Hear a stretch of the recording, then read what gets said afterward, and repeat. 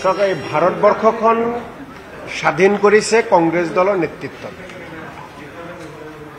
আজি যে ভাৰতবৰ্ষত বিভিন্ন ৰাজনৈতিক দল জন্ম লাভ কৰিছে আৰু ৰাজনৈতিক দলে ভোট যুদ্ধত নামি দেশ স্বাধীন কৰাৰ পিছতহে তেওঁলোকে ভোট যুদ্ধত নামাৰ কাৰণে ক্ষমতা পাইছে আৰু এই ক্ষমতা কোনে দিছে? ভাৰতীয় জাতীয় কংগ্ৰেছ দলে দিছে।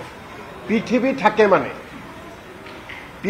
থাকে মানে ভাৰতীয় ৰাইজৰ আশীৰ্বাদ কংগ্ৰেছ দলৰ লগত থাকিব আৰু পৃথিৱী থাকে মানে এইখন দেশত ভাৰতীয় জাতীয় কংগ্ৰেছ দলে মানুহৰ হকে কাম কৰি যাব। বেলেগ ৰাজনৈতিক দল আৰু আমাৰ মাজত বিভিন্ন ক্ষেত্ৰত কিছু পাৰ্থক্য আছে। কংগ্ৰেছ দলৰ জন্ম হৈছিল কেৱল ক্ষমতা লাভৰ কাৰণে নহয়। কংগ্ৰেছ দলৰ জন্ম হৈছিল ভাৰতীয় মানুহখিনিক ইংৰাজৰ হাতৰ পৰা অত্যাচাৰৰ পৰা ৰক্ষা কৰিবলৈ স্বাধীনতা খৰ্ব কৰিছিল ইংৰাজসকলে। সেই ভাৰতীয়সকলৰ স্বাধীনতা ঘূৰাই অনাৰ কাৰণে কংগ্ৰেছ দলৰ জন্ম হৈছিল আৰু কংগ্ৰেছ দলে আন্দোলন কৰি যুদ্ধ কৰি ভাৰতবৰ্ষখনত ভাৰতীয় জনতাৰ কাৰণে স্বাধীনতা ঘূৰাই আনিছে। গতিকে নিৰ্বাচন আহিব, নিৰ্বাচন যাব, কংগ্ৰেছ দলে নিজৰ নীতি আদৰ্শৰে কাম কৰি যাব। আজি যি প্ৰসংগ ৰাজ্যখনত চলি আছে বা যিবিলাক কথা আপোনালোকে বিভিন্নজনে সুধিম বুলি ভাবি আছে, সুধি আছে, একেবাৰে স্পষ্টভাৱে কওঁ, কংগ্ৰেছ দলে আহি থকা সময়খিনিত 2026 চনৰ বিধানসভা নিৰ্বাচনত ৰাজ্যখনৰ শাসনৰ পৰা বিজেপিক বিদায় দিব বিচাৰে। সেয়া অসমৰ ৰাইজৰ আহ্বান, অসমীয়া জাতিৰ আহ্বান। অসম আৰু অসমীয়া জাতিৰ স্বাৰ্থত কংগ্ৰেছ দলে আহি থকা সময়খিনিত সকলোকে লৈ ধৰ্ম নিৰপেক্ষ নীতিত বিশ্বাসী সকলক লৈ একেলগে নিৰ্বাচন খেলাৰ কাৰণে পণ লৈছে, সিদ্ধান্ত লৈছে, সংকল্প লৈছে।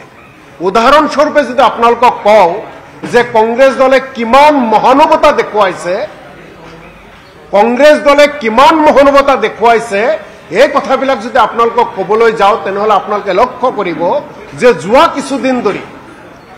কিছুদিন ধৰি প্ৰয়াত প্ৰাক্তন মুখ্যমন্ত্ৰী তৰুণ গগৈ ডাঙৰীয়াক কোনোবাই সমালোচনা কৰিছে।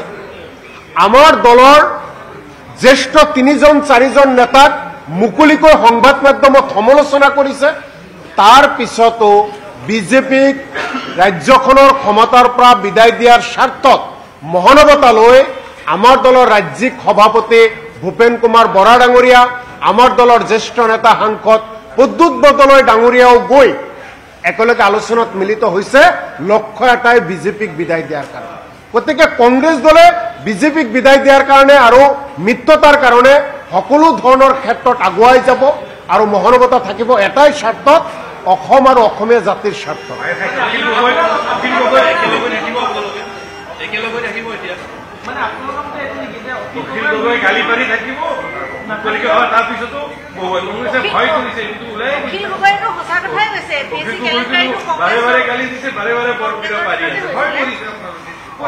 অসম আৰু অসমীয়া জাতিৰ স্বাৰ্থত কংগ্ৰেছ দলে মহানুভৱতা আপোনালোকে কংগ্ৰেছ দলৰ মাজত দেখা পাব। গালি পাৰিছে, সমালোচনা কৰিছে, তাৰ পিছতো কংগ্ৰেছ দলে আগুৱাই গৈছে। 2026 চনত অসমীয়া ৰাইজে বিচাৰিছে বিজেপিয়ে অসমত ক্ষমতা পাব নালাগে। অসম আৰু আমি কংগ্ৰেছ দলে ব্ৰিটিছ পুলিচৰ বন্দুকৰ গুলী পাতি লৈছিল আমাৰ কংগ্ৰেছ দলৰ নেতৃত্বই। ব্ৰিটিছ পুলিচে লাঠিৰে কোবাই বহু মানুহক হত্যা কৰিছিল। সেই সময়ৰ কংগ্ৰেছৰ নেতৃত্বক কিমানক জেলৰ ভিতৰত ৰাখিছিল, কালাপানীত দিছিল। তাৰ পিছতো ভাৰতীয় মানুহৰ স্বাৰ্থত, এইখন দেশৰ স্বাৰ্থত কংগ্ৰেছ দলে আগুৱাই গৈছিল, কাম কৰিছিল আৰু আহি থকা সময়তো অসমৰ অসমীয়া ৰাইজক শান্তি দিয়াৰ কাৰণে, উন্নয়ন দিয়াৰ কাৰণে, মুক্তি দিয়াৰ কাৰণে কংগ্ৰেছ দলে কাম কৰি যাব। Thank you. আপুনি বিচৰা বাতৰি পাব কেৱল নিউজ 18 এপত। নিউজ 18 এপ ডাউনলোড কৰিবলৈ স্কেন কৰক এই QR কোড। গুগল প্লে ষ্টৰতো পাব এই নিউজ 18 এপ।